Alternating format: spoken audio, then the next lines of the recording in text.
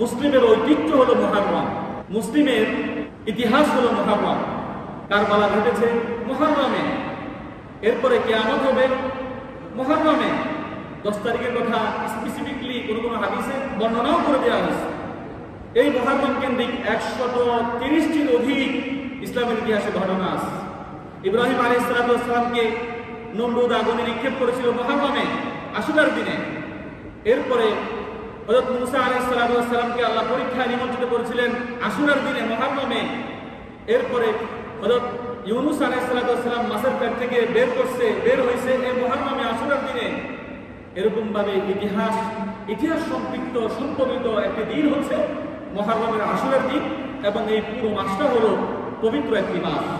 আল্লাহ রাব্বুল আলামিন পবিত্র কোরআনুল কারীমের মধ্যে অত্যন্ত চমৎকার ভাবে বলেছেন, ইন্না ইদ্দাতাশ শুহুরি ইনদাল্লাহি 12 শাহরান ফী কিতাবিল্লাহ ইয়াওমা খালাকাস সামাওয়াতি ওয়াল আরদ মিনহা আরবাআতুন হুরুম যালিকা দীনুল কাইয়্যিম ফালা তাযলিমু ফীহিন্না আনফুসাকুম ওয়া কাতিলুল মুশরিকিনা কাফাতান কামা ইউকাতিলুনাকুম কাফা ওয়া'লামু আন্নাল্লাহা মা'আল মুত্তাকিন। আল্লাহ তাআলা সূরাতুত তাওবায় 36 নং আয়াতের মধ্যে বলেন, ইন্না ইদ্দাতাশ শুহুর, নিশ্চয় গণনার দিক থেকে মাসের সংখ্যা 12টি। এরপরে বলা হচ্ছে ফি কিতাবিল্লাহ, এটা আল্লাহর বিধান, খালাকাস সামাওয়াতি ওয়াল আরদ মিনহা আরবাআতুন হুরুম। নবমণ্ডল এবং ভূমণ্ডল সৃষ্টির পরে গণনার দৃষ্টিকোণ থেকে আল্লাহ রাব্বুল আলামিনের নিকটে মাসের সংখ্যা কয়টি? 12টি। মিনহা, এর মধ্য থেকে আরবাআতুন হুরুম, অধিক সম্মানিত মাসের সংখ্যা 4টি। যালিকা দীনুল কাইয়্যিম, এটি হলো আল্লাহর পক্ষ থেকে নির্ধারিত একটি বিধান। ফালা তাযলিমু, সুতরাং তোমরা এর মধ্যে অত্যাচার করো না। আনফুসাকুম, নিজেদের উপরে।